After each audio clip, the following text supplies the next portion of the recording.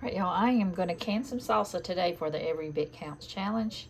And I've got 2 pounds of tomatoes, plum tomatoes cut up. I've got 1 medium onion, chopped, finely chopped. I've got 2 minced jalapenos, 2 cloves of minced garlic, and 1/4 of a cup of fresh cilantro.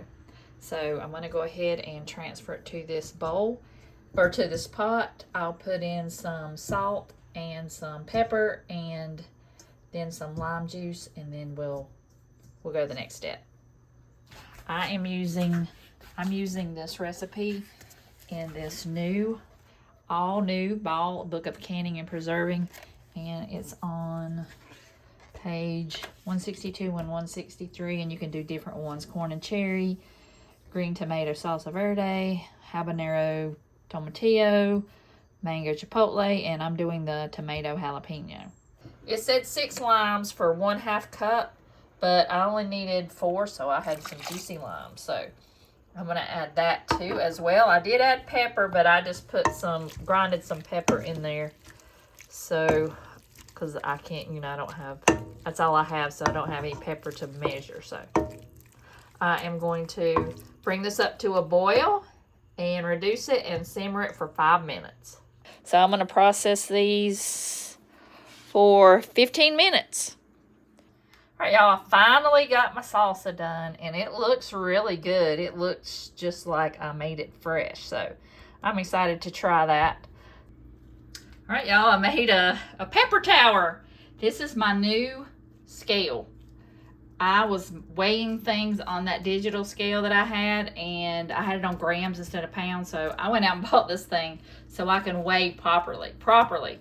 And it holds up to 22 pounds. So that's only 4 pounds right here. But we are making some cowboy candy, aka jalapeno, or candied jalapenos. It's delicious on cream cheese.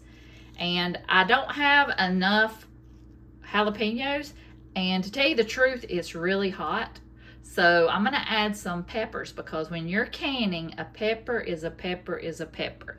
It doesn't matter what pepper you're using. You can substitute pepper for pepper, but you have to use the exact same amount.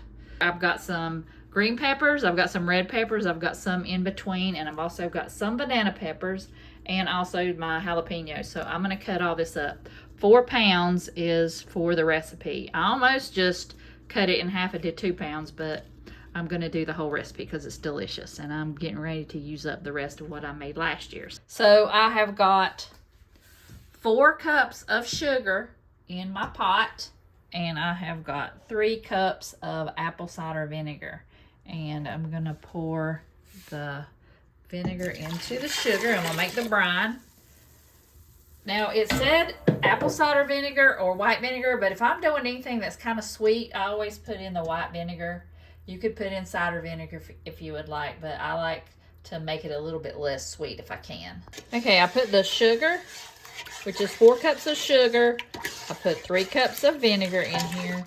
The recipe calls for garlic. I'm not putting garlic in here. I don't really like garlicky sweet pickles. And I'm also not adding in the mustard seeds, but you could totally do that. And I will have the complete recipe link down below in the description box. I can't remember if I put turmeric in it last time I made them, but I'm going to put it in here. And I'm just going to heat that up. And I also put in 2 teaspoons of salt. I put in canning salt. So make sure you use canning salt in your canning recipes, or kosher salt. Don't use the iodized salt. All right, I'm just going to let that hang out and come up to a boil, and then we will come up to a boil, and then we will add our jalapenos, or our pepper mix is what I'm adding. Here's a batch of the cowboy candy from 9/21 that I'm going to open up today, because I'm like, as soon as I started making this, I'm like, that was so good. I need to make more of that because it's almost gone. So I'm going to open up a jar, and I've got some crackers here and some cream cheese spread, so I'm going to make one. Or I'm going to make some because I'm starving. It's 12:30 and I haven't even eaten breakfast yet. So I'm going to put that on a cracker and eat some of it. And I'm pretty sure that I did put turmeric in it, because I can tell it's a yellowish color. So I'm going to open it up. Y'all, it is so good. You have got to try this. It's spicy, but it's sweet and it's delicious. So I hope you try it. Okay, my brine is boiling and I'm gonna add the peppers in there. And if you don't like spice at all, you could add totally all your peppers. Can be bell peppers, it could be green peppers, red peppers, it could be all banana peppers. You don't have to have this hot at all, but I am enjoying this jar right here that I made a couple years ago, and it's still delicious. So I highly recommend this recipe. And I am a spice wimp, but it's so good. All right, I'm gonna put these in here and let them cook for 15 minutes. All right, y'all, it's simmered for 15 minutes, and it says when the peppers get a little bit lighter green, which they are, they've absorbed that liquid. So now it's time to can it. So I can't wait. I'm going to use these little tiny half-pint jars. It says pints, so it says four pints. So I think I'll get 8 of these. So I'm just going to spoon them into the jars, and it says a 1/2 inch headspace. And then I'll put the lid and ring on, and we'll process these for 15 minutes.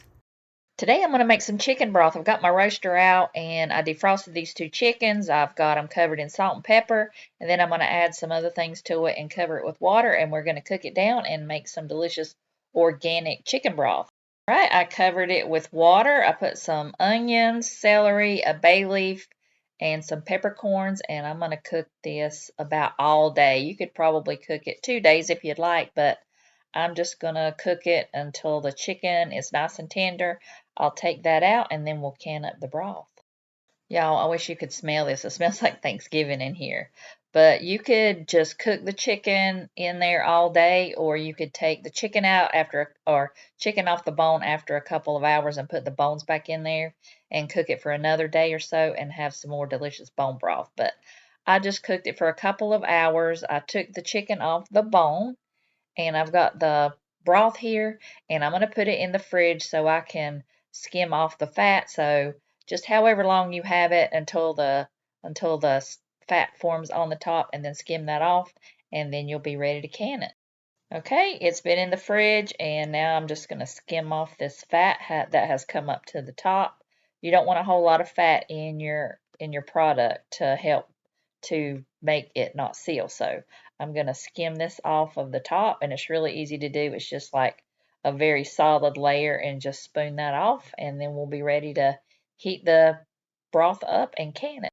Okay, I canned it for 20 minutes for pints, and isn't it gorgeous? I can't wait to use this in some soups and stews this winter. And that's what I preserved this week on the Every Bit Counts Challenge. I want to thank Jessica for hosting, and even though it's near the end of August, I'll still be preserving, maybe not every day, but a lot this season, and I'll be back with a wrap-up of what I got done this month. And I hope y'all enjoyed watching, and I hope to see y'all in the next video.